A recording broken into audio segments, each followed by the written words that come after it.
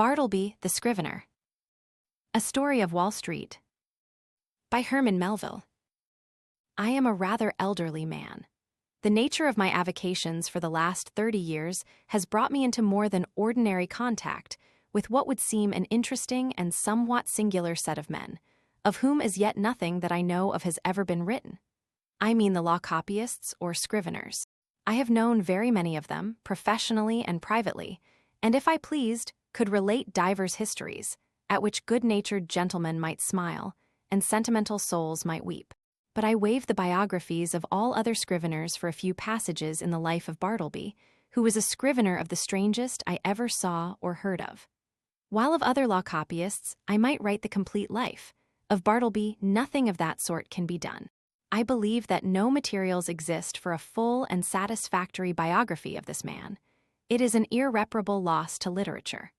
Bartleby was one of those beings of whom nothing is ascertainable, except from the original sources, and in his case, those are very small. What my own astonished eyes saw of Bartleby, that is all I know of him, except, indeed, one vague report which will appear in the sequel. Ere introducing the Scrivener, as he first appeared to me, it is fit I make some mention of myself, my employees, my business, my chambers, and general surroundings, because some such description is indispensable to an adequate understanding of the chief character about to be presented. Imprimis, I am a man who, from his youth upwards, has been filled with a profound conviction that the easiest way of life is the best. Hence, though I belong to a profession proverbially energetic and nervous, even to turbulence at times, yet nothing of that sort have I ever suffered to invade my peace. I am one of those unambitious lawyers who never addresses a jury or in any way draws down public applause, but in the cool tranquility of a snug retreat, do a snug business among rich men's bonds and mortgages and title deeds. All who know me consider me an eminently safe man. The late John Jacob Astor, a personage little given to poetic enthusiasm, had no hesitation in pronouncing my first grand point to be prudence. My next, method. I do not speak it in vanity, but simply record the fact that I was not unemployed in my profession by the late John Jacob Astor, a name which, I admit, I love to repeat, for it hath a rounded and orbicular sound to it, and rings like unto bullion. I will freely add that I was not insensible to the late John Jacob Astor's good opinion. Some time prior to the period at which this little history begins, my avocations had been largely increased. The good old office, now extinct in the state of New York, of a master in chancery, had been conferred upon me. It was not a very arduous office, but very pleasantly remunerative. I seldom lose my temper, much more seldom indulge in dangerous indignation at wrongs and outrages, but I must be permitted to be rash here and declare that I consider the sudden and violent abrogation of the office of Master in Chancery by the new Constitution as a premature act, inasmuch as I had counted upon a life lease of the profits, whereas I only received those of a few short years. But this is by the way. My chambers were upstairs at No. Wall Street. At one end they looked upon the white wall of the interior of a spacious skylight shaft, penetrating the building from top to bottom. This view might have been considered rather tame than otherwise, deficient in what landscape painters call life. But if so, the view from the other end of my chambers offered, at least, a contrast, if nothing more. In that direction, my windows commanded an unobstructed view of a lofty brick wall, black by age and everlasting shade, which wall required no spyglass to bring out its lurking beauties, but for the benefit of all nearsighted spectators, was pushed up to within 10 feet of my window panes, owing to the great height of the surrounding buildings, and my chambers being on the second floor, the interval between this wall and mine not a little resembled a huge square cistern. At the period just preceding the advent of Bartleby, I had 2 persons as copyists in my employment, and a promising lad as an office boy. First, Turkey; second, Nippers; third, Ginger Nut. These may seem names, the like of which are not usually found in the directory. In truth, they were nicknames, mutually conferred upon each other by my 3 clerks, and were deemed expressive of their respective persons or characters. Turkey was a short, pursy Englishman of about my own age, that is, somewhere not far from 60. In the morning, one might say, his face was of a fine florid hue, but after 12 o'clock, meridian, his dinner hour, it blazed like a grate full of Christmas coals, and continued blazing, but as it were with a gradual wane, till 6 o'clock p.m. or thereabouts, after which I saw no more of the proprietor of the face, which gaining its meridian with the sun, seemed to set with it, to rise, culminate, and decline the following day, with the like regularity and undiminished glory. There are many singular coincidences I have known in the course of my life, not the least among which was the fact that exactly when Turkey displayed his fullest beams from his red and radiant countenance, just then, too, at that critical moment, began the daily period when I considered his business capacities as seriously disturbed for the remainder of the 24 hours. Not that he was absolutely idle or averse to business then, far from it. The difficulty was, he was apt to be altogether too energetic. There was a strange, inflamed, flurried, flighty recklessness of activity about him. He would be incautious in dipping his pen into his inkstand. All his blots upon my documents were dropped there after 12 o'clock, meridian. Indeed, not only would he be reckless and sadly given to making blots in the afternoon, but some days he went further and was rather noisy. At such times, too, his face flamed with augmented blazonry, as if cannel coal had been heaped on anthracite. He made an unpleasant racket with his chair, spilled his sandbox, in mending his pens, impatiently split them all to pieces, and threw them on the floor in a sudden passion, stood up and leaned over his table, boxing his papers about in a most indecorous manner, very sad to behold in an elderly man like him. Nevertheless, as he was in many ways a most valuable person to me, and all the time before 12 o'clock, meridian, was the quickest, steadiest creature too, accomplishing a great deal of work in a style not easy to be matched. For these reasons, I was willing to overlook his eccentricities, though indeed, occasionally, I remonstrated with him. I did this very gently, however, because, though the civilest, nay, the blandest and most reverential of men in the morning, yet in the afternoon he was disposed, upon provocation, to be slightly rash with his tongue, in fact, insolent. Now, valuing his morning services as I did, and resolved not to lose them, yet at the same time made uncomfortable by his inflamed ways after 12 o'clock, and being a man of peace, unwilling by my admonitions to call forth unseemly retorts from him, I took upon me, one Saturday noon, he was always worse on Saturdays, to hint to him very kindly that perhaps now that he was growing old, it might be well to abridge his labors. In short, he need not come to my chambers after 12 o'clock, but dinner over, had best go home to his lodgings and rest himself till tea-time. But no, he insisted upon his afternoon devotions. His countenance became intolerably fervid, as he oratorically assured me, gesticulating with a long ruler at the other end of the room, that if his services in the morning were useful, how indispensable, then, in the afternoon. With submission, sir, said Turkey on this occasion, I consider myself your right-hand man. In the morning I but marshal and deploy my columns, but in the afternoon I put myself at their head and gallantly charge the foe thus. And he made a violent thrust with the ruler. But the blots, Turkey, intimated I. True, but with submission, sir, behold these hairs, I am getting old. Surely, sir, a blot or two of a warm afternoon is not to be severely urged against gray hairs.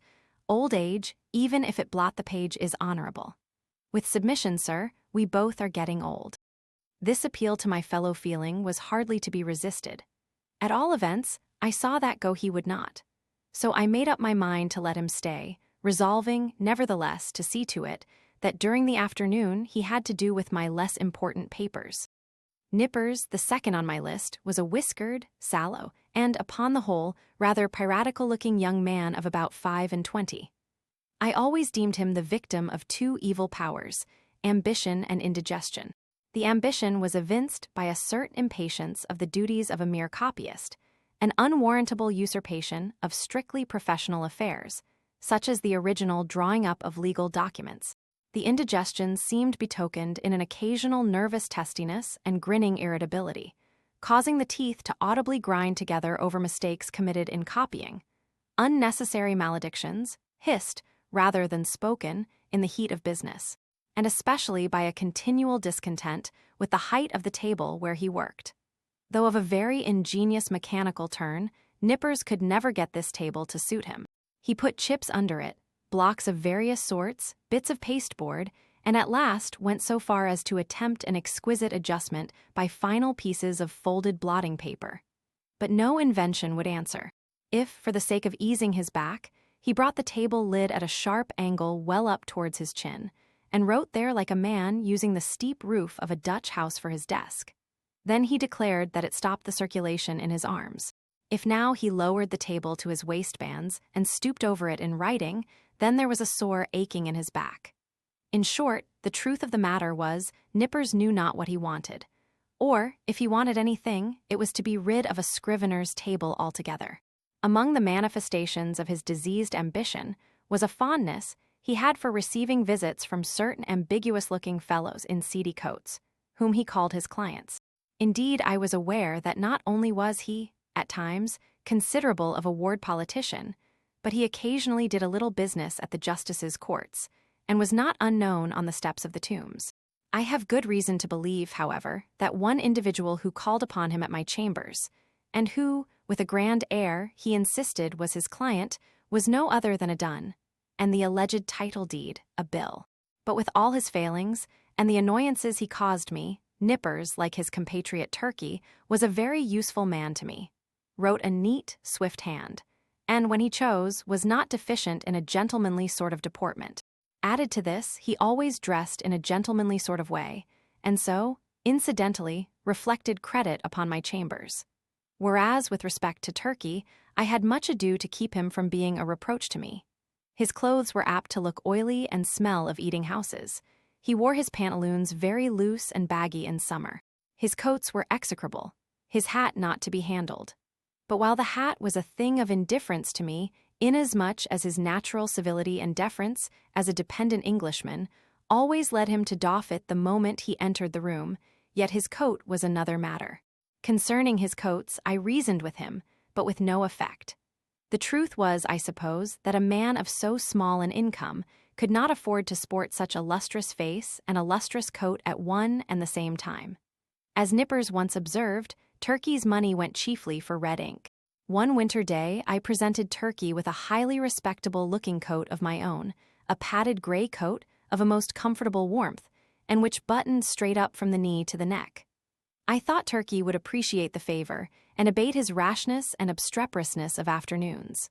But no, I verily believe that buttoning himself up in so downy and blanket-like a coat had a pernicious effect upon him, upon the same principle that too much oats are bad for horses. In fact, precisely as a rash, restive horse is said to feel his oats, so Turkey felt his coat. It made him insolent.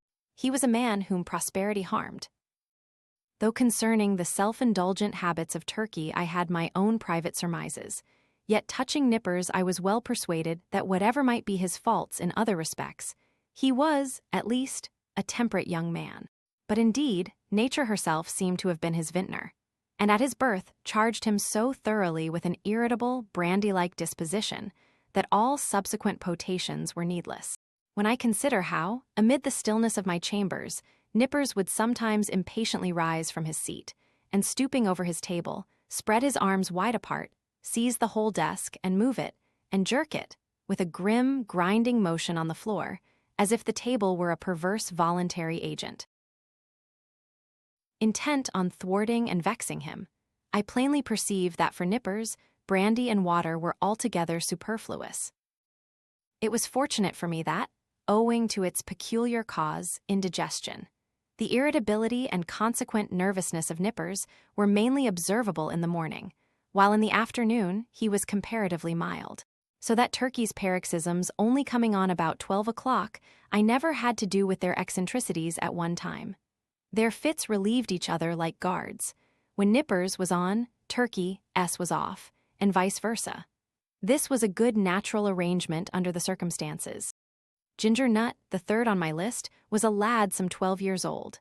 His father was a carman, ambitious of seeing his son on the bench instead of a cart, before he died. So he sent him to my office as student at law, errand boy, and cleaner and sweeper at the rate of $1 a week. He had a little desk to himself, but he did not use it much. Upon inspection, the drawer exhibited a great array of the shells of various sorts of nuts.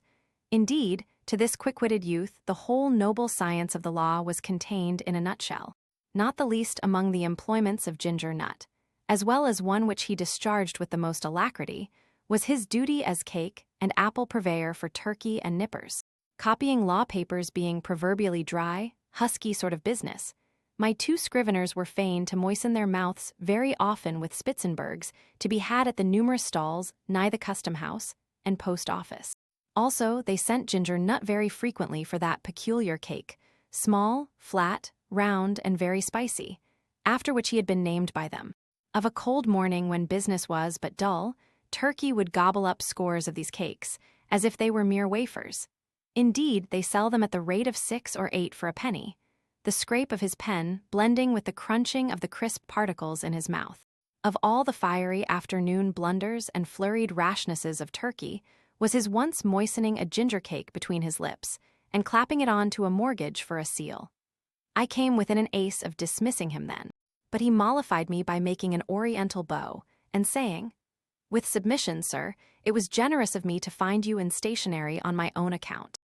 Now my original business, that of a conveyancer and title hunter, and drawer-up of recondite documents of all sorts, was considerably increased by receiving the master's office. There was now great work for scriveners. Not only must I push the clerks already with me, but I must have additional help. In answer to my advertisement, a motionless young man one morning stood upon my office threshold, the door being open, for it was summer. I can see that figure now, pallidly neat, pitiably respectable, incurably forlorn. It was Bartleby. After a few words touching his qualifications, I engaged him, glad to have among my corps of copyists a man of so singularly sedate an aspect, which I thought might operate beneficially upon the flighty temper of Turkey and the fiery one of Nippers. I should have stated before that ground glass folding doors divided my premises into 2 parts, one of which was occupied by my scriveners, the other by myself. According to my humor, I threw open these doors or closed them. I resolved to assign Bartleby a corner by the folding doors, but on my side of them, so as to have this quiet man within easy call, in case any trifling thing was to be done.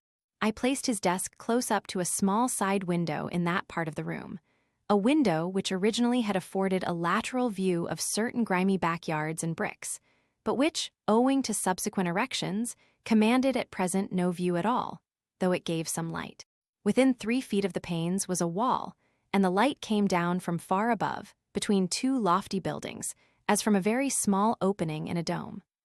Still further to a satisfactory arrangement, I procured a high green folding screen, which might entirely isolate Bartleby from my sight, though not remove him from my voice. And thus, in a manner, privacy and society were conjoined. At first Bartleby did an extraordinary quantity of writing. As if long famishing for something to copy, he seemed to gorge himself on my documents. There was no pause for digestion. He ran a day and night line, copying by sunlight and by candlelight.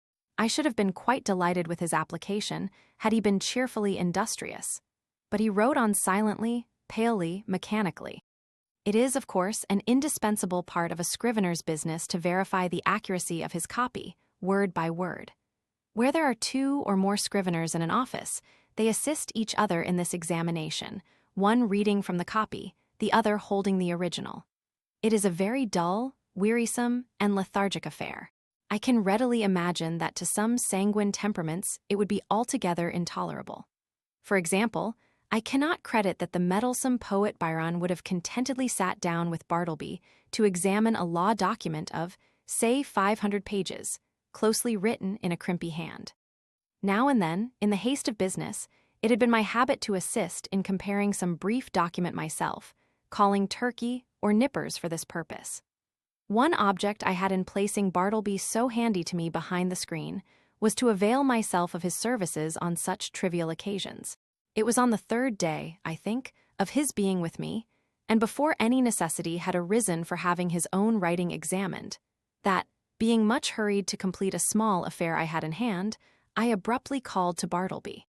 In my haste and natural expectancy of instant compliance, I sat with my head bent over the original on my desk, and my right hand sideways, and somewhat nervously extended with the copy, so that immediately upon emerging from his retreat, Bartleby might snatch it and proceed to business without the least delay. In this very attitude did I sit when I called to him, rapidly stating what it was I wanted him to do, namely, to examine a small paper with me. Imagine my surprise, nay, my consternation, when without moving from his privacy, Bartleby in a singularly mild, firm voice replied, "I would prefer not to."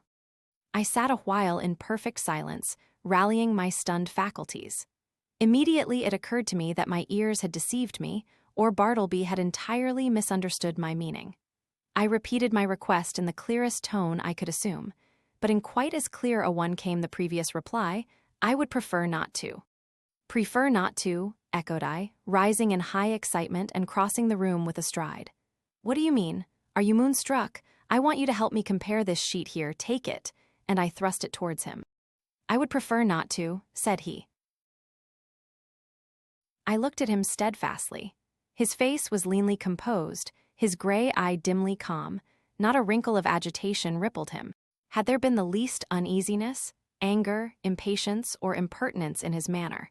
In other words, had there been anything ordinarily human about him, doubtless I should have violently dismissed him from the premises. But as it was, I should have as soon thought of turning my pale plaster of Paris bust of Cicero out of doors. I stood gazing at him a while as he went on with his own writing, and then reseated myself at my desk. This is very strange, thought I what had one best do, but my business hurried me. I concluded to forget the matter for the present, reserving it for my future leisure. So calling Nippers from the other room, the paper was speedily examined. A few days after this, Bartleby concluded 4 lengthy documents, being quadruplicates of a week's testimony taken before me in my High Court of Chancery. It became necessary to examine them. It was an important suit, and great accuracy was imperative. Having all things arranged, I called Turkey, Nippers, and Ginger Nut from the next room, meaning to place the 4 copies in the hands of my 4 clerks, while I should read from the original. Accordingly, Turkey, Nippers, and Ginger Nut had taken their seats in a row, each with his document in hand, when I called to Bartleby to join this interesting group. "Bartleby, quick, I am waiting." I heard a slow scrape of his chair legs on the uncarpeted floor, and soon he appeared standing at the entrance of his hermitage. "What is wanted?" said he mildly. The copies, said I hurriedly. "We are going to examine them, there," and I held towards him the 4th quadruplicate. "I would prefer not to," he said, and gently disappeared behind the screen. For a few moments I was turned into a pillar of salt, standing at the head of my seated column of clerks. Recovering myself, I advanced towards the screen and demanded the reason for such extraordinary conduct. "Why do you refuse?" "I would prefer not to." With any other man, I should have flown outright into a dreadful passion, scorned all further words, and thrust him ignominiously from my presence. But there was something about Bartleby that not only strangely disarmed me, but in a wonderful manner touched and disconcerted me. I began to reason with him. "These are your own copies we are about to examine. It is labor-saving to you, because one examination will answer for your 4 papers. It is common usage. Every copyist is bound to help examine his copy. Is it not so? Will you not speak? Answer." "I prefer not to," he replied in a flute-like tone. It seemed to me that while I had been addressing him, he carefully revolved every statement that I made, fully comprehended the meaning, could not gainsay the irresistible conclusions, but, at the same time, some paramount consideration prevailed with him to reply as he did. "You are decided, then, not to comply with my request, a request made according to common usage and common sense." He briefly gave me to understand that on that point my judgment was sound. Yes, his decision was irreversible. It is not seldom the case that when a man is browbeaten in some unprecedented and violently unreasonable way, he begins to stagger in his own plainest faith. He begins, as it were, vaguely to surmise that, wonderful as it may be, all the justice and all the reason is on the other side. Accordingly, if any disinterested persons are present, he turns to them for some reinforcement for his own faltering mind. "Turkey," said I, "what do you think of this? Am I not right?" "With submission, sir," said Turkey with his blandest tone, I think that you are. Nippers, said I, what do you think of it? I think I should kick him out of the office. The reader of Nice Perceptions will here perceive that, it being morning, Turkey's answer is couched in polite and tranquil terms, but Nippers replies in ill-tempered ones. Or, to repeat a previous sentence, Nippers' ugly mood was on duty and Turkey's off. Ginger Nut, said I, willing to enlist the smallest suffrage in my behalf, what do you think of it? I think, sir, he's a little lunny, replied Ginger Nut with a grin. You hear what they say, said I, turning towards the screen, come forth and do your duty. But he vouchsafed no reply. I pondered a moment in sore perplexity, but once more business hurried me. I determined again to postpone the consideration of this dilemma to my future leisure.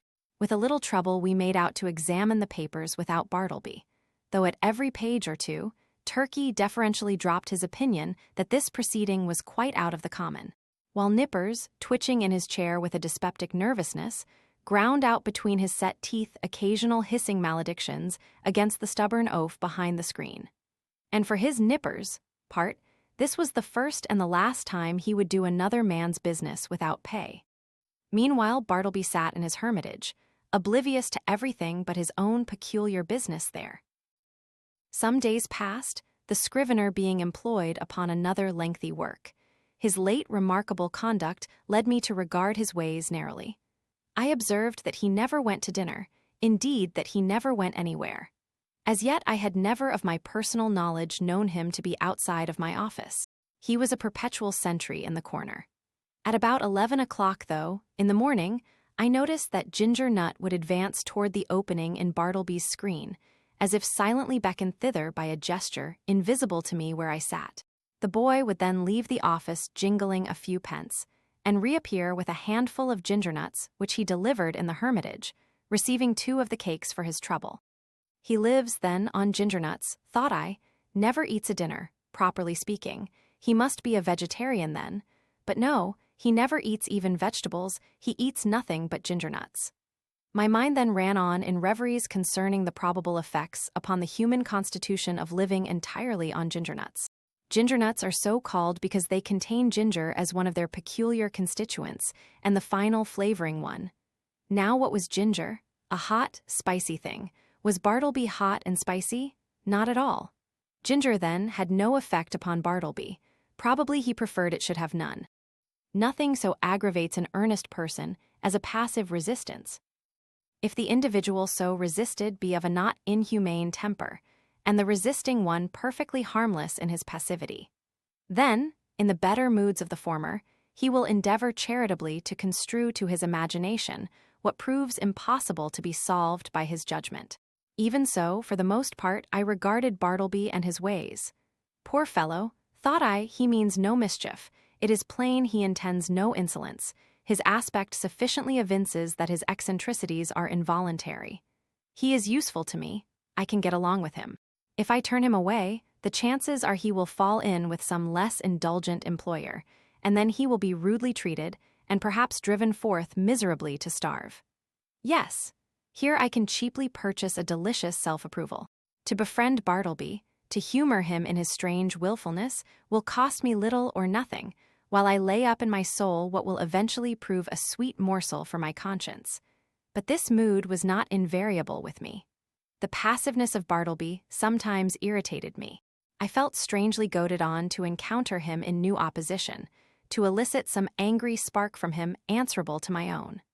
But indeed, I might as well have essayed to strike fire with my knuckles against a bit of Windsor soap.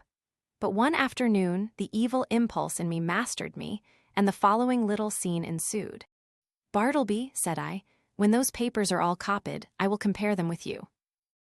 I would prefer not to. How? Surely you do not mean to persist in that mulish vagary? No answer. I threw open the folding doors nearby, and turning upon Turkey and Nippers, exclaimed in an excited manner. He says, a second time, he won't examine his papers. What do you think of it, Turkey? It was afternoon, be it remembered. Turkey sat glowing like a brass boiler, his bald head steaming, his hands reeling among his blotted papers. Think of it, roared Turkey. I think I'll just step behind his screen and black his eyes for him." So saying, Turkey rose to his feet and threw his arms into a pugilistic position.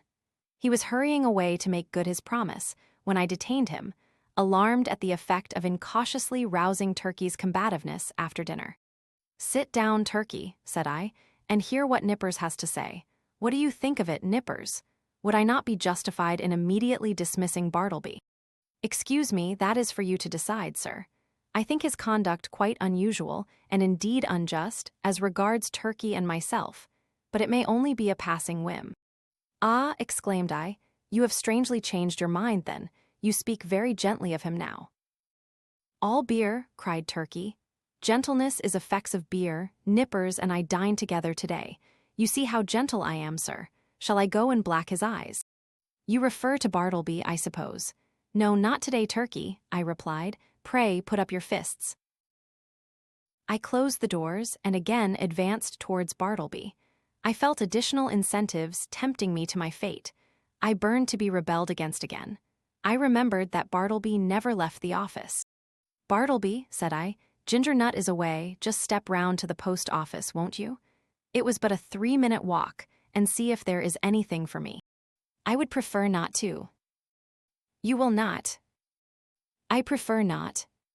I staggered to my desk and sat there in a deep study. My blind inveteracy returned.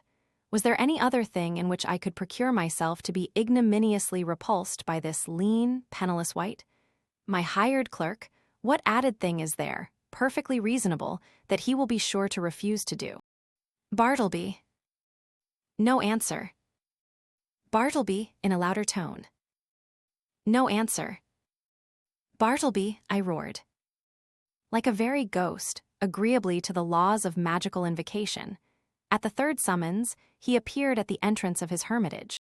"Go to the next room and tell Nippers to come to me." "I prefer not to," he respectfully and slowly said, and mildly disappeared. "Very good, Bartleby," said I, in a quiet sort of serenely severe self-possessed tone, intimating the unalterable purpose of some terrible retribution very close at hand.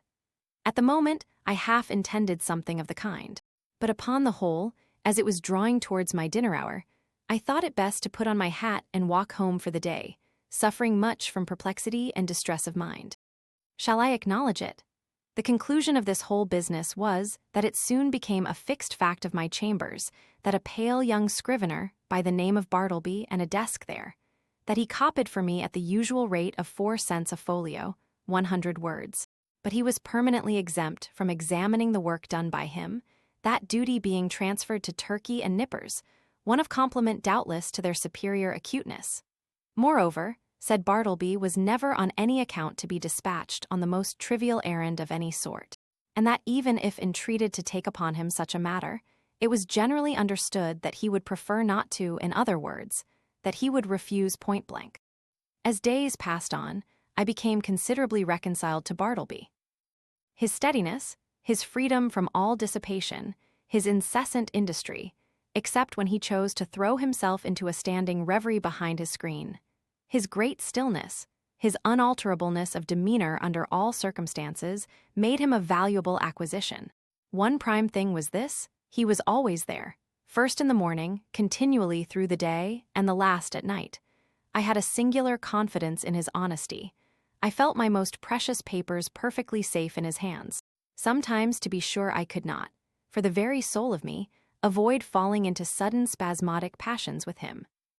For it was exceeding difficult to bear in mind all the time those strange peculiarities, privileges, and unheard-of exemptions, forming the tacit stipulations on Bartleby's part under which he remained in my office. Now and then, in the eagerness of dispatching pressing business, I would inadvertently summon Bartleby, in a short, rapid tone, to put his finger, say, on the incipient tie of a bit of red tape with which I was about compressing some papers. Of course, from behind the screen the usual answer, "I prefer not to," was sure to come. And then, how could a human creature with the common infirmities of our nature refrain from bitterly exclaiming upon such perverseness, such unreasonableness?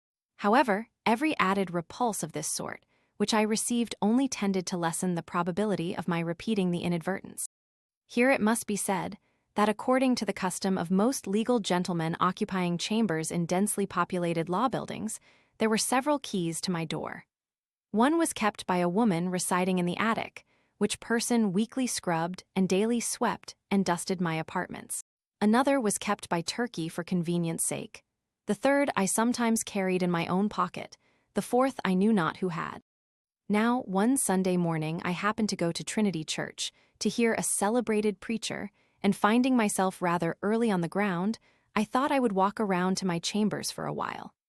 Luckily, I had my key with me, but upon applying it to the lock, I found it resisted by something inserted from the inside.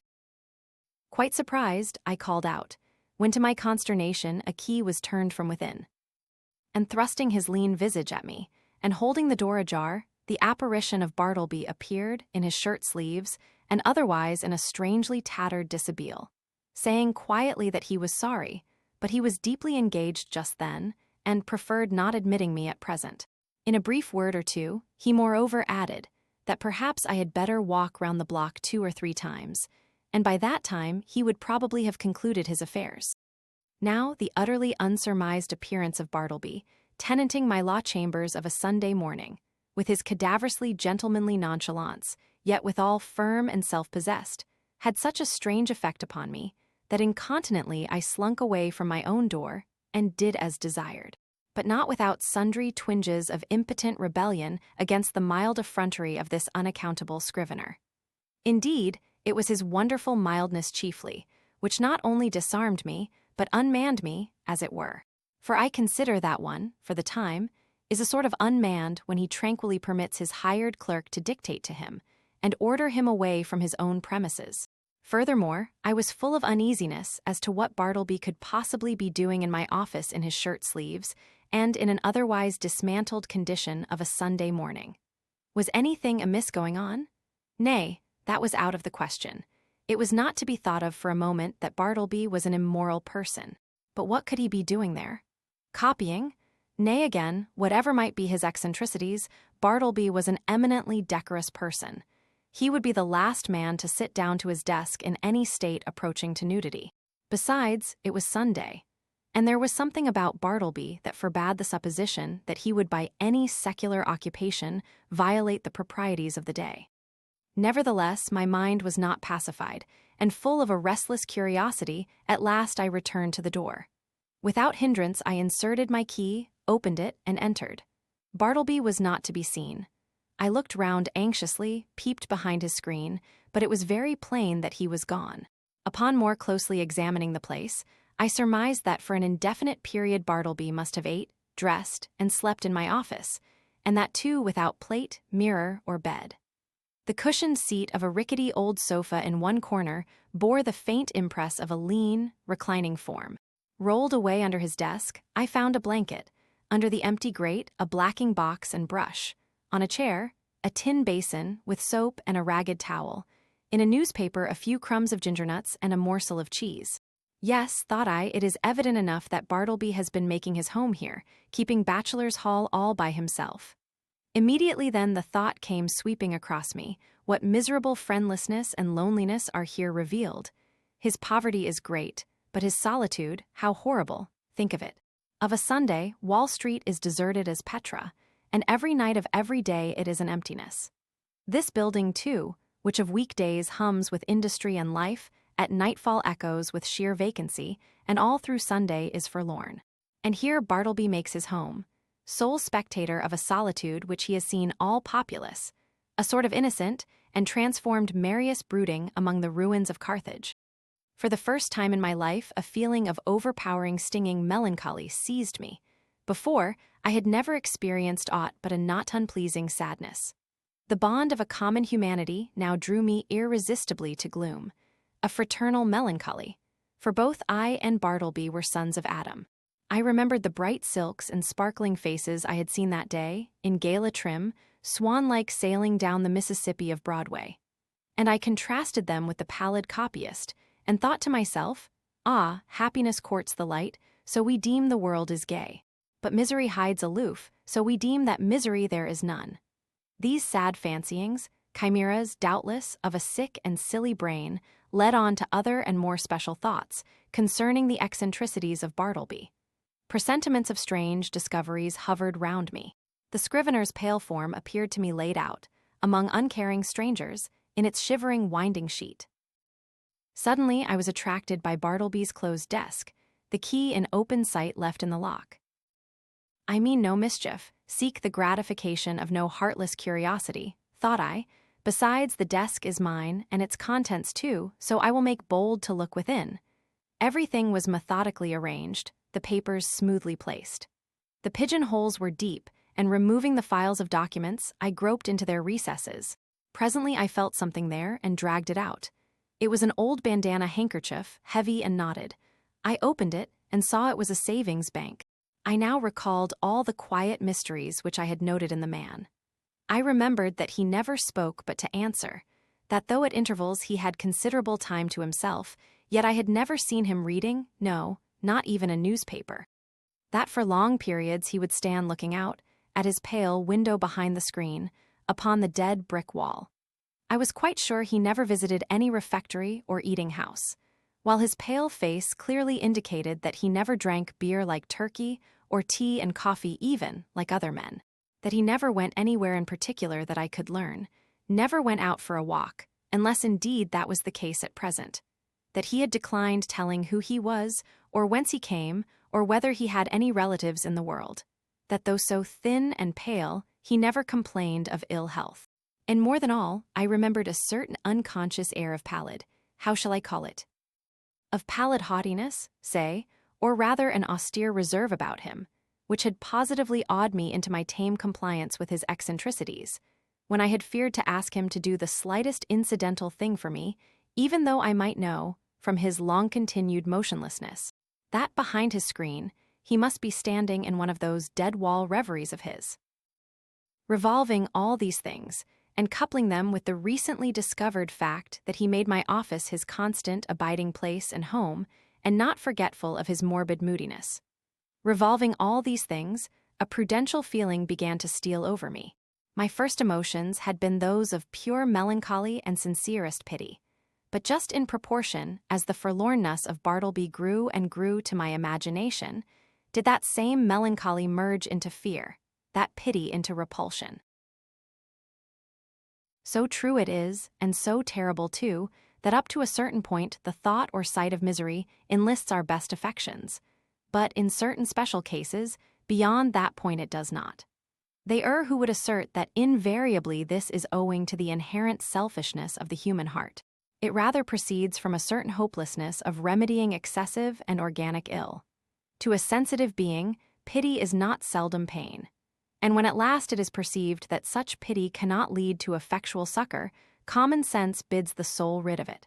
What I saw that morning persuaded me that the Scrivener was the victim of innate and incurable disorder. I might give alms to his body, but his body did not pain him. It was his soul that suffered, and his soul I could not reach. I did not accomplish the purpose of going to Trinity Church that morning. Somehow, the things I had seen disqualified me for the time from church-going. I walked homeward, thinking what I would do with Bartleby. Finally, I resolved upon this. I would put certain calm questions to him the next morning, touching his history, etc. And if he declined to answer them openly and unreservedly, and I supposed he would prefer not, then to give him a $20 bill over and above whatever I might owe him, and tell him his services were no longer required, but that if in any other way I could assist him, I would be happy to do so, especially if he desired to return to his native place, wherever that might be. I would willingly help to defray the expenses. Moreover, if, after reaching home, he found himself at any time in want of aid, a letter from him would be sure of a reply. The next morning came. "Bartleby," said I, gently calling to him behind his screen. No reply. "Bartleby," said I in a still gentler tone, "come here. I am not going to ask you to do anything you would prefer not to do. I simply wish to speak to you." Upon this, he noiselessly slid into view. "Will you tell me, Bartleby, where you were born?" "I would prefer not to." "Will you tell me anything about yourself?" "I would prefer not to." "But what reasonable objection can you have to speak to me? I feel friendly towards you." He did not look at me while I spoke, but kept his glance fixed upon my bust of Cicero, which, as I then sat, was directly behind me, some 6 inches above my head. "What is your answer, Bartleby?" said I, after waiting a considerable time for a reply, during which his countenance remained immovable. Only there was the faintest conceivable tremor of the white attenuated mouth. "At present I prefer to give no answer," he said, and retired into his hermitage. It was rather weak in me, I confess, but his manner on this occasion nettled me. Not only did there seem to lurk in it a certain calm disdain, but his perverseness seemed ungrateful, considering the undeniable good usage and indulgence he had received from me. Again, I sat ruminating what I should do. Mortified as I was at his behavior, and resolved as I had been to dismiss him when I entered my offices, nevertheless, I strangely felt something superstitious knocking at my heart, and forbidding me to carry out my purpose, and denouncing me for a villain if I dared to breathe one bitter word against this forlornest of mankind. At last, familiarly drawing my chair behind his screen, I sat down and said, "Bartleby, never mind then about revealing your history, but let me entreat you, as a friend, to comply as far as may be with the usages of this office. Say now you will help to examine papers tomorrow or next day. In short, say now that in a day or 2 you will begin to be a little reasonable. Say so, Bartleby." "At present, I would prefer not to be a little reasonable," was his mildly cadaverous reply. Just then the folding doors opened, and Nippers approached. He seemed suffering from an unusually bad night's rest, induced by severer indigestion than common. He overheard those final words of Bartleby. "Prefer not, eh?" gritted Nippers. "I'd prefer him if I were you, sir," addressing me. "I'd prefer him, I'd give him preferences, the stubborn mule. What is it, sir, pray, that he prefers not to do now?" Bartleby moved not a limb. "Mr. Nippers," said I, "I'd prefer that you would withdraw for the present." Somehow, of late I had got into the way of involuntarily using this word, prefer, upon all sorts of not exactly suitable occasions, and I trembled to think that my contact with the Scrivener had already and seriously affected me in a mental way. And what further and deeper aberration might it not yet produce? This apprehension had not been without efficacy in determining me to summary means. As Nippers, looking very sour and sulky, was departing, Turkey blandly and deferentially approached. "With submission, sir," said he. "Yesterday I was thinking about Bartleby here, and I think that if he would but prefer to take a quart of good ale every day, it would do much towards mending him, and enabling him to assist in examining his papers." "So you have got the word too," said I, slightly excited. "With submission, what word, sir?" asked Turkey, respectfully crowding himself into the contracted space behind the screen, and by so doing, making me jostle the Scrivener. "What word, sir?" "I would prefer to be left alone here," said Bartleby, as if offended at being mobbed in his privacy. "That's the word, Turkey," said I, "that's it." "Oh, prefer? Oh yes, queer word. I never use it myself. But, sir, as I was saying, if he would but prefer—" "Turkey," interrupted I, "you will please withdraw." "Oh, certainly, sir, if you prefer that I should." As he opened the folding door to retire, Nippers at his desk caught a glimpse of me, and asked whether I would prefer to have a certain paper copied on blue paper or white. He did not in the least roguishly accent the word prefer. It was plain that it involuntarily rolled from his tongue.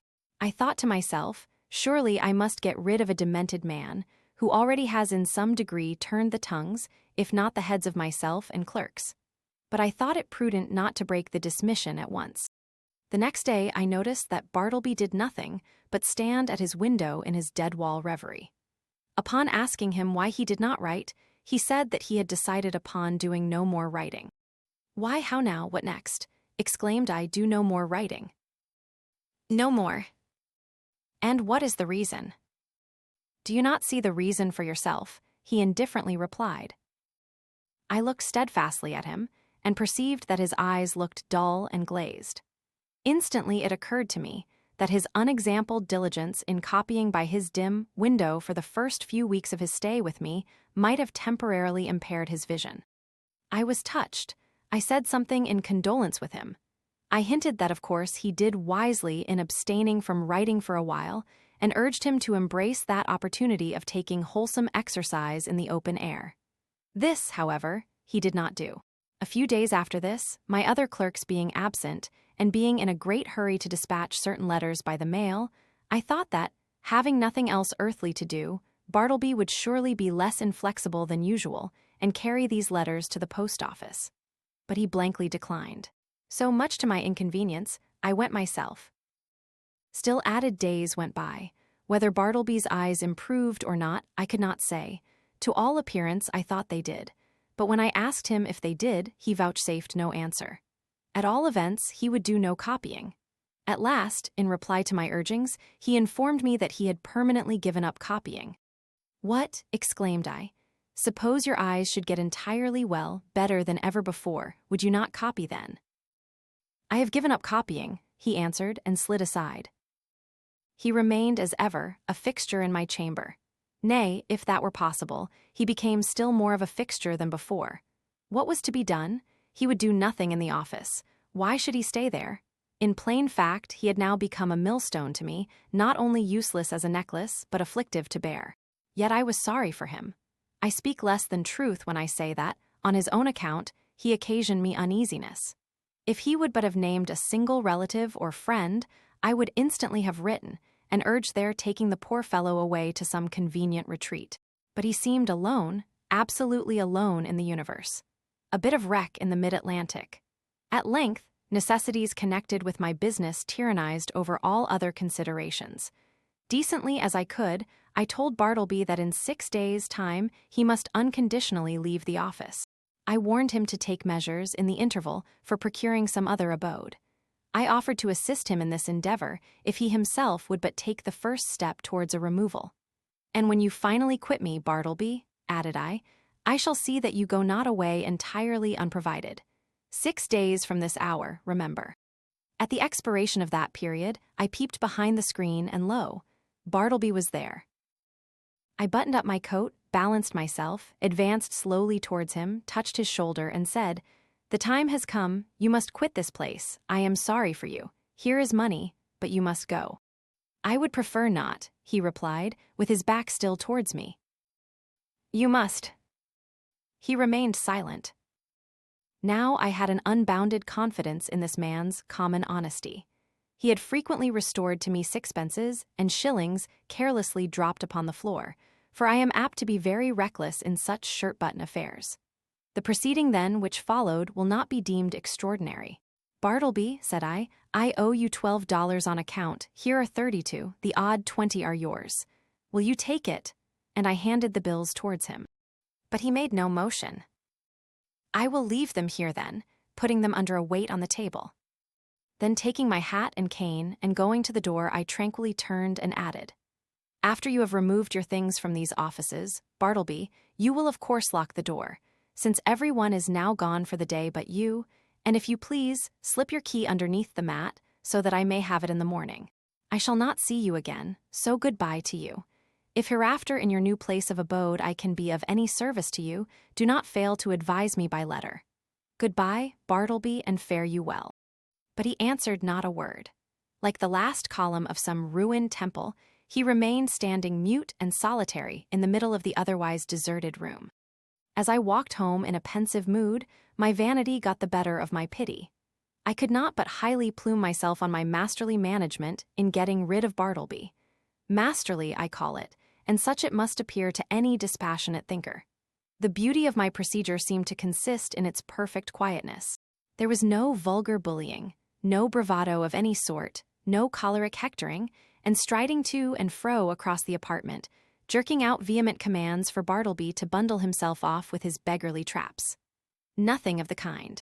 Without loudly bidding Bartleby depart, as an inferior genius might have done, I assumed the ground that depart he must, and upon that assumption built all I had to say. The more I thought over my procedure, the more I was charmed with it. Nevertheless, next morning, upon awakening, I had my doubts. I had somehow slept off the fumes of vanity. One of the coolest and wisest hours a man has is just after he awakes in the morning. My procedure seemed as sagacious as ever. But only in theory. How it would prove in practice, there was the rub. It was truly a beautiful thought to have assumed Bartleby's departure. But after all, that assumption was simply my own, and none of Bartleby's. The great point was not whether I had assumed that he would quit me, but whether he would prefer so to do. He was more a man of preferences than assumptions. After breakfast, I walked downtown, arguing the probabilities pro and con. One moment I thought it would prove a miserable failure, and Bartleby would be found all alive at my office as usual. The next moment it seemed certain that I should see his chair empty. And so I kept veering about. At the corner of Broadway and Canal Street, I saw quite an excited group of people standing in earnest conversation. "I'll take odds he doesn't," said a voice as I passed. "Doesn't go, done," said I, "put up your money." I was instinctively putting my hand in my pocket to produce my own, when I remembered that this was an election day. The words I had overheard bore no reference to Bartleby, but to the success or non-success of some candidate for the mayoralty. In my intent frame of mind, I had, as it were, imagined that all Broadway shared in my excitement and were debating the same question with me. I passed on, very thankful that the uproar of the street screened my momentary absent-mindedness. As I had intended, I was earlier than usual at my office door. I stood listening for a moment. All was still. He must be gone. I tried the knob. The door was locked. Yes, my procedure had worked to a charm. He indeed must be vanished. Yet a certain melancholy mixed with this. I was almost sorry for my brilliant success. I was fumbling under the doormat for the key, which Bartleby was to have left there for me, when accidentally my knee knocked against a panel, producing a summoning sound, and in response a voice came to me from within. "Not yet. I am occupied." It was Bartleby. I was thunderstruck. For an instant I stood like the man who, pipe in mouth, was killed one cloudless afternoon long ago in Virginia by a summer lightning. At his own warm open window he was killed, and remained leaning out there upon the dreamy afternoon till someone touched him when he fell. "Not gone," I murmured at last. But again, obeying that wondrous ascendancy which the inscrutable Scrivener had over me, and from which ascendancy, for all my chafing, I could not completely escape, I slowly went downstairs and out into the street, and while walking round the block, considered what I should next do in this unheard-of perplexity. Turn the man out by an actual thrusting I could not. To drive him away by calling him hard names would not do. Calling in the police was an unpleasant idea, and yet permit him to enjoy his cadaverous triumph over me. This too I could not think of. What was to be done? Or, if nothing could be done, was there anything further that I could assume in the matter? Yes, as before I had prospectively assumed that Bartleby would depart, so now I might retrospectively assume that departed he was. In the legitimate carrying out of this assumption, I might enter my office in a great hurry, and pretending not to see Bartleby at all, walk straight against him as if he were air. Such a proceeding would, in a singular degree, have the appearance of a home thrust. It was hardly possible that Bartleby could withstand such an application of the doctrine of assumptions, but upon second thoughts, the success of the plan seemed rather dubious. I resolved to argue the matter over with him again. "Bartleby," said I, entering the office with a quietly severe expression, "I am seriously displeased. I am pained, Bartleby. I had thought better of you. I had imagined you of such a gentlemanly organization that in any delicate dilemma a slight hint would have suffice, in short, an assumption. But it appears I am deceived. Why," I added, unaffectedly starting, "you have not even touched that money yet," pointing to it, just where I had left it the evening previous. He answered nothing. "Will you, or will you not, quit me?" I now demanded in a sudden passion, advancing close to him. "I would prefer not to quit you," he replied, gently emphasizing the not. "What earthly right have you to stay here? Do you pay any rent? Do you pay my taxes? Or is this property yours?" He answered nothing. "Are you ready to go on and write now? Are your eyes recovered? Could you copy a small paper for me this morning, or help examine a few lines, or step round to the post office? In a word, will you do anything at all to give a coloring to your refusal to depart the premises?" He silently retired into his hermitage. I was now in such a state of nervous resentment that I thought it but prudent to check myself at present from further demonstrations. Bartleby and I were alone. I remembered the tragedy of the unfortunate Adams and the still more unfortunate Colt in the solitary office of the latter. And how poor Colt, being dreadfully incensed by Adams, and imprudently permitting himself to get wildly excited, was at unawares hurried into his fatal act. An act which certainly no man could possibly deplore more than the actor himself. Often it had occurred to me in my ponderings upon the subject, that had that altercation taken place in the public street, or at a private residence, it would not have terminated as it did. It was the circumstance of being alone in a solitary office, upstairs, of a building entirely unhallowed by humanizing domestic associations, an uncarpeted office, doubtless, of a dusty, haggard sort of appearance. This, it must have been, which greatly helped to enhance the irritable desperation of the hapless colt. But when this old atom of resentment rose in me and tempted me concerning Bartleby, I grappled him and threw him. How? Why, simply by recalling the divine injunction, "A new commandment give I unto you, that ye love one another." Yes, this it was that saved me. Aside from higher considerations, charity often operates as a vastly wise and prudent principle, a great safeguard to its possessor. Men have committed murder for jealousy's sake, and anger's sake, and hatred's sake, and selfishness' sake, and spiritual pride's sake. But no man that ever I heard of ever committed a diabolical murder for sweet charity's sake. Mere self-interest, then, if no better motive can be enlisted, should, especially with high-tempered men, prompt all beings to charity and philanthropy. At any rate, upon the occasion in question, I strove to drown my exasperated feelings towards the Scrivener by benevolently construing his conduct. Poor fellow, thought I, he don't mean anything, and besides, he has seen hard times and ought to be indulged. I endeavored also immediately to occupy myself, and at the same time to comfort my despondency.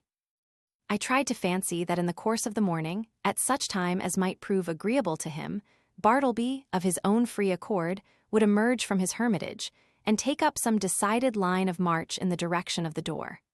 But no. 12:30 came, Turkey began to glow in the face, overturn his inkstand, and become generally obstreperous. Nippers abated down into quietude and courtesy, Ginger Nut munched his noon apple, and Bartleby remained standing at his window in one of his profoundest dead-wall reveries. Will it be credited? Ought I to acknowledge it? That afternoon, I left the office without saying one further word to him. Some days now passed, during which, at leisure intervals, I looked a little into Edwards on the Will and Priestley on Necessity. Under the circumstances, those books induced a salutary feeling.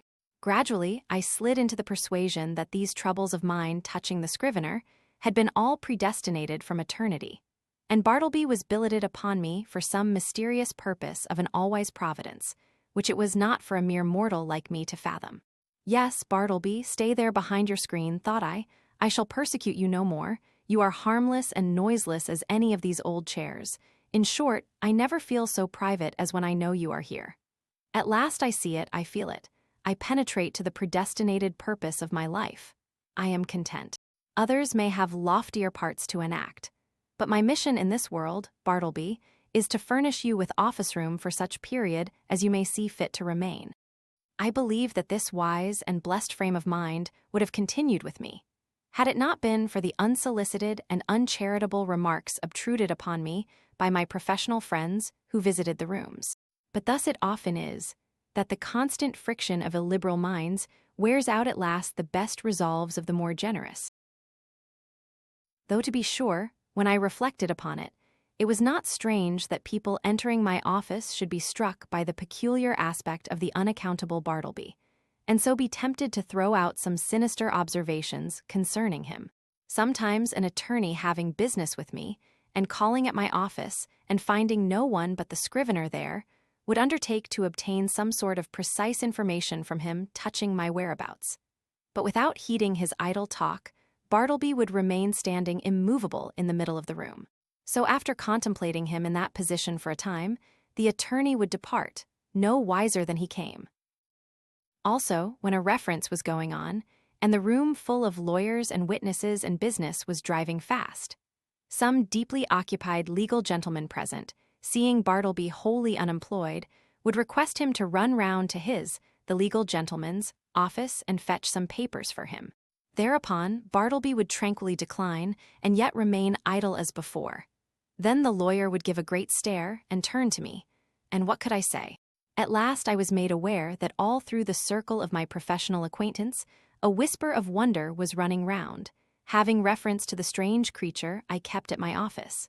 This worried me very much, and as the idea came upon me of his possibly turning out a long-lived man and keep occupying my chambers and denying my authority, and perplexing my visitors, and scandalizing my professional reputation, and casting a general gloom over the premises, keeping soul and body together to the last upon his savings, for doubtless he spent but half a dime a day, and in the end perhaps outlive me, and claim possession of my office by right of his perpetual occupancy. As all these dark anticipations crowded upon me more and more, and my friends continually intruded their relentless remarks upon the apparition in my room, a great change was wrought in me. I resolved to gather all my faculties together, and forever rid me of this intolerable incubus. Ere revolving any complicated project, however, adapted to this end, I first simply suggested to Bartleby the propriety of his permanent departure. In a calm and serious tone, I commended the idea to his careful and mature consideration, but having taken 3 days to meditate upon it, he apprised me that his original determination remained the same. In short, that he still preferred to abide with me. What shall I do? I now said to myself, buttoning up my coat to the last button. What shall I do? What ought I to do? What does conscience say I should do with this man, or rather ghost? Rid myself of him, I must go, he shall. But how? You will not thrust him, the poor, pale, passive mortal. You will not thrust such a helpless creature out of your door. You will not dishonor yourself by such cruelty. No, I will not, I cannot do that. Rather would I let him live and die here, and then mason up his remains in the wall. What then will you do? For all your coaxing, he will not budge. Bribes he leaves under your own paperweight on your table. In short, it is quite plain that he prefers to cling to you. Then something severe, something unusual must be done. What? Surely you will not have him collared by a constable and commit his innocent pallor to the common jail? And upon what ground could you procure such a thing to be done? A vagrant, is he? What? He a vagrant, a wanderer who refuses to budge. It is because he will not be a vagrant, then, that you seek to count him as a vagrant. That is too absurd. No visible means of support. There I have him. Wrong again, for indubitably he does support himself, and that is the only unanswerable proof that any man can show of his possessing the means so to do. No more then. Since he will not quit me, I must quit him. I will change my offices, I will move elsewhere, and give him fair notice that if I find him on my new premises, I will then proceed against him as a common trespasser. Acting accordingly, next day I thus addressed him. I find these chambers too far from the city hall, the air is unwholesome. In a word, I propose to remove my offices next week, and shall no longer require your services. I tell you this now, in order that you may seek another place. He made no reply, and nothing more was said. On the appointed day I engaged carts and men, proceeded to my chambers, and having but little furniture, everything was removed in a few hours. Throughout, the Scrivener remained standing behind the screen, which I directed to be removed the last thing. It was withdrawn, and being folded up like a huge folio, left him the motionless occupant of a naked room. I stood in the entry watching him a moment, while something from within me upbraided me. I re-entered, with my hand in my pocket, and in my heart in my mouth. Goodbye, Bartleby, I am going, goodbye, and God some way bless you, and take that, slipping something in his hand. But it dropped upon the floor, and then, strange to say, I tore myself from him whom I had so longed to be rid of. Established in my new quarters, for a day or two I kept the door locked, and started at every footfall in the passages. When I returned to my rooms after any little absence, I would pause at the threshold for an instant, and attentively listen, ere applying my key. But these fears were needless. Bartleby never came nigh me. I thought all was going well, when a perturbed-looking stranger visited me, inquiring whether I was the person who had recently occupied rooms at No. Wall Street. Full of forebodings, I replied that I was. Then, sir, said the stranger, who proved a lawyer, you are responsible for the man you left there. He refuses to do any copying, he refuses to do anything, he says he prefers not to, and he refuses to quit the premises. I am very sorry, sir, said I, with assumed tranquility but an inward tremor. But really, the man you allude to is nothing to me. He is no relation or apprentice of mine, that you should hold me responsible for him. In mercy's name, who is he? I certainly cannot inform you. I know nothing about him. Formerly, I employed him as a copyist, but he has done nothing for me now for some time past. I shall settle him then. Good morning, sir. Several days passed, and I heard nothing more.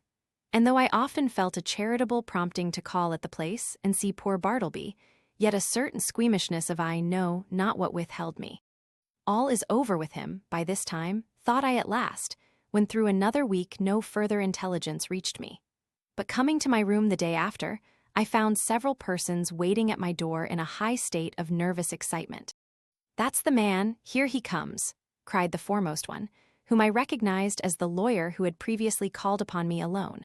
"You must take him away, sir, at once," cried a portly person among them, advancing upon me, and whom I knew to be the landlord of No.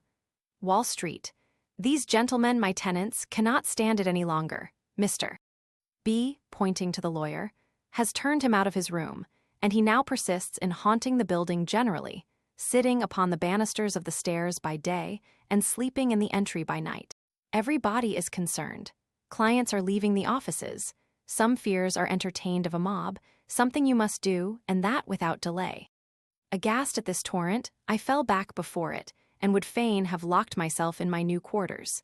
In vain, I persisted that Bartleby was nothing to me, no more than to anyone else. In vain, I was the last person known to have anything to do with him, and they held me to the terrible account. Fearful then of being exposed in the papers, as one person present obscurely threatened, I considered the matter, and at length said that if the lawyer would give me a confidential interview with the Scrivener, in his, the lawyer's, own room, I would that afternoon strive my best to rid them of the nuisance they complained of. Going upstairs to my old haunt, there was Bartleby silently sitting upon the banister at the landing. "What are you doing here, Bartleby?" said I. "Sitting upon the banister," he mildly replied. I motioned him into the lawyer's room, who then left us. "Bartleby," said I, "are you aware that you are the cause of great tribulation to me, by persisting in occupying the entry after being dismissed from the office?" No answer. Now one of two things must take place. Either you must do something, or something must be done to you. Now what sort of business would you like to engage in? Would you like to re-engage in copying for someone? No, I would prefer not to make any change. Would you like a clerkship in a dry goods store? There is too much confinement about that. No, I would not like a clerkship, but I am not particular. Too much confinement, I cried. Why you keep yourself confined all the time? I would prefer not to take a clerkship, he rejoined, as if to settle that little item at once. How would a bartender's business suit you? There is no trying of the eyesight in that. I would not like it at all, though, as I said before, I am not particular. His unwonted wordiness inspirited me. I returned to the charge. Well then, would you like to travel through the country collecting bills for the merchants? That would improve your health. No, I would prefer to be doing something else. How then would going as a companion to Europe, to entertain some young gentleman with your conversation, how would that suit you? Not at all. It does not strike me that there is anything definite about that. I like to be stationary, but I am not particular. Stationary you shall be then, I cried, now losing all patience, and for the first time in all my exasperating connection with him fairly flying into a passion. If you do not go away from these premises before night, I shall feel bound, indeed I am bound, to quit the premises myself.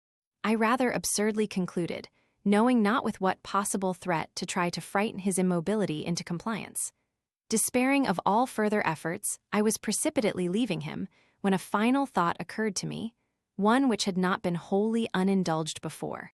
"Bartleby," said I, in the kindest tone I could assume under such exciting circumstances, "will you go home with me now, not to my office, but my dwelling, and remain there till we can conclude upon some convenient arrangement for you at our leisure?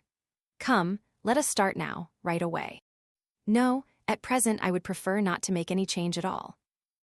I answered nothing, but effectually dodging every one by the suddenness and rapidity of my flight, rushed from the building, ran up Wall Street towards Broadway, and jumping into the first omnibus was soon removed from pursuit. As soon as tranquility returned, I distinctly perceived that I had now done all that I possibly could, both in respect to the demands of the landlord and his tenants, and with regard to my own desire and sense of duty, to benefit Bartleby and shield him from rude persecution. I now strove to be entirely carefree and quiescent, and my conscience justified me in the attempt, though indeed it was not so successful as I could have wished. So fearful was I of being again hunted out by the incensed landlord and his exasperated tenants, that, surrendering my business to Nippers, for a few days I drove about the upper part of the town and through the suburbs in my rockaway, crossed over to Jersey City and Hoboken, and paid fugitive visits to Manhattanville and Astoria. In fact, I almost lived in my rockaway for the time. When again I entered my office, lo, a note from the landlord lay upon the desk. I opened it with trembling hands. It informed me that the writer had sent to the police and had Bartleby removed to the Tombs as a vagrant. Moreover, since I knew more about him than anyone else, he wished me to appear at that place and make a suitable statement of the facts. These tidings had a conflicting effect upon me. At first I was indignant, but at last almost approved. The landlord's energetic, summary disposition had led him to adopt a procedure which I do not think I would have decided upon myself. And yet, as a last resort, under such peculiar circumstances, it seemed the only plan. As I afterwards learned, the poor Scrivener, when told that he must be conducted to the Tombs, offered not the slightest obstacle, but in his pale, unmoving way, silently acquiesced. Some of the compassionate and curious bystanders joined the party, and headed by one of the constables arm in arm with Bartleby, the silent procession filed its way through all the noise and heat and joy of the roaring thoroughfares at noon. The same day I received the note I went to the Tombs, or to speak more properly, the halls of justice. Seeking the right officer, I stated the purpose of my call, and was informed that the individual I described was indeed within. I then assured the functionary that Bartleby was a perfectly honest man, and greatly to be compassionated, however unaccountably eccentric. I narrated all I knew, and closed by suggesting the idea of letting him remain in as indulgent confinement as possible till something less harsh might be done, though indeed I hardly knew what. At all events, if nothing else could be decided upon, the almshouse must receive him. I then begged to have an interview. Being under no disgraceful charge, and quite serene and harmless in all his ways, they had permitted him freely to wander about the prison, and especially in the enclosed grass-platted yard thereof. And so I found him there, standing all alone in the quietest of the yards, his face towards a high wall, while all around, from the narrow slits of the jail windows, I thought I saw peering out upon him the eyes of murderers and thieves. "Bartleby." "I know you," he said without looking round, "and I want nothing to say to you." "It was not I that brought you here, Bartleby," said I, keenly pained at his implied suspicion. "And to you this should not be so vile a place. Nothing reproachful attaches to you by being here, and see, it is not so sad a place as one might think. Look, there is the sky, and here is the grass." "I know where I am," he replied, but would say nothing more, and so I left him. As I entered the corridor again, a broad, meat-like man in an apron accosted me, and jerking his thumb over his shoulder said, "Is that your friend?" "Yes." "Does he want to starve? If he does, let him live on the prison fare, that's all." "Who are you?" asked I, not knowing what to make of such an unofficially speaking person in such a place. "I am the grub man. Such gentlemen as have friends here hire me to provide them with something good to eat." "Is this so?" said I, turning to the turnkey. He said it was. "Well then," said I, slipping some silver into the grub man's hands, for so they called him, "I want you to give particular attention to my friend there. Let him have the best dinner you can get, and you must be as polite to him as possible." "Introduce me, will you?" said the grub man, looking at me with an expression which seemed to say he was all impatience for an opportunity to give a specimen of his breeding. Thinking it would prove of benefit to the Scrivener, I acquiesced, and asking the grub man his name, went up with him to Bartleby. "Bartleby, this is Mr. Cutlets. You will find him very useful to you." "Your sarvant, sir, your sarvant," said the grub man, making a low salutation behind his apron. "Hope you find it pleasant here, sir. Spacious grounds, cool apartments, sir. Hope you'll stay with us some time, try to make it agreeable. May Mrs. Cutlets and I have the pleasure of your company to dinner, sir, in Mrs. Cutlets' private room." "I prefer not to dine today," said Bartleby, turning away. "It would disagree with me. I am unused to dinners." So saying, he slowly moved to the other side of the enclosure and took up a position fronting the dead wall. "How's this?" said the grub man, addressing me with a stare of astonishment. "He's odd, ain't he?" "I think he is a little deranged," said I sadly. "Deranged, is it? Well now, upon my word, I thought that friend of yourn was a gentleman forger. They are always pale and genteel-like, them forgers. I can't pity 'em, can't help it, sir. Did you know Monroe Edwards?" he added touchingly and paused. Then, laying his hand pityingly on my shoulder, sighed. "He died of consumption at Sing Sing. So you weren't acquainted with Monroe?" "No, I was never socially acquainted with any forgers. But I cannot stop longer. Look to my friend yonder. You will not lose by it. I will see you again." Some few days after this, I again obtained admission to the Tombs, and went through the corridors in quest of Bartleby, but without finding him.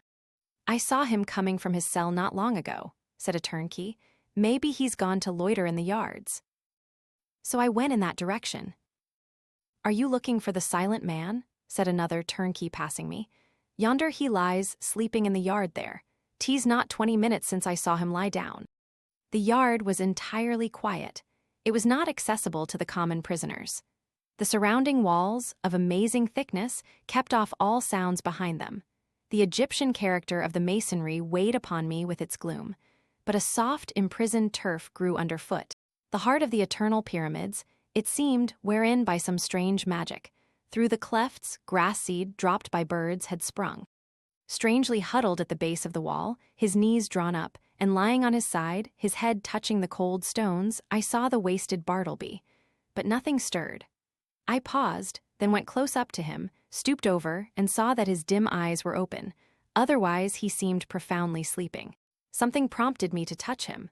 I felt his hand, when a tingling shiver ran up my arm and down my spine to my feet. The round face of the grub man peered upon me now. "His dinner is ready. Won't he dine today, either, or does he live without dining?" "Lives without dining," said I, and closed his eyes. He's asleep, ain't he?" "With kings and counselors," murmured I. There would seem little need for proceeding further in this history. Imagination will readily supply the meager recital of poor Bartleby's interment.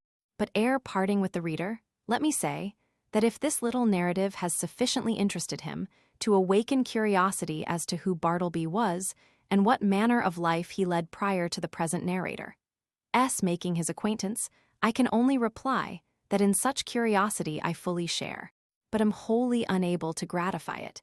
Yet here I hardly know whether I should divulge one little item of rumor which came to my ear a few months after the Scrivener's decease. Upon what basis it rested, I could never ascertain, and hence, how true it is I cannot now tell. But inasmuch as this vague report has not been without certain strange, suggestive interest to me, however sad, it may prove the same with some others. And so I will briefly mention it. The report was this: that Bartleby had been a subordinate clerk in the dead letter office at Washington, from which he had been suddenly removed by a change in the administration. When I think over this rumor, I cannot adequately express the emotions which seize me. Dead letters. Does it not sound like dead men? Conceive a man by nature and misfortune prone to a pallid hopelessness. Can any business seem more fitted to heighten it than that of continually handling these dead letters and assorting them for the flames? For by the cartload they are annually burned. Sometimes from out the folded paper the pale clerk takes a ring. The finger it was meant for, perhaps, moulders in the grave, a banknote sent in swiftest charity. He whom it would relieve nor eats nor hungers any more. Pardon for those who died despairing, hope for those who died unhoping, good tidings for those who died stifled by unrelieved calamities. On errands of life, these letters speed to death. Ah, Bartleby, ah, humanity. Thanks for listening to Bartleby, the Scrivener by Herman Melville.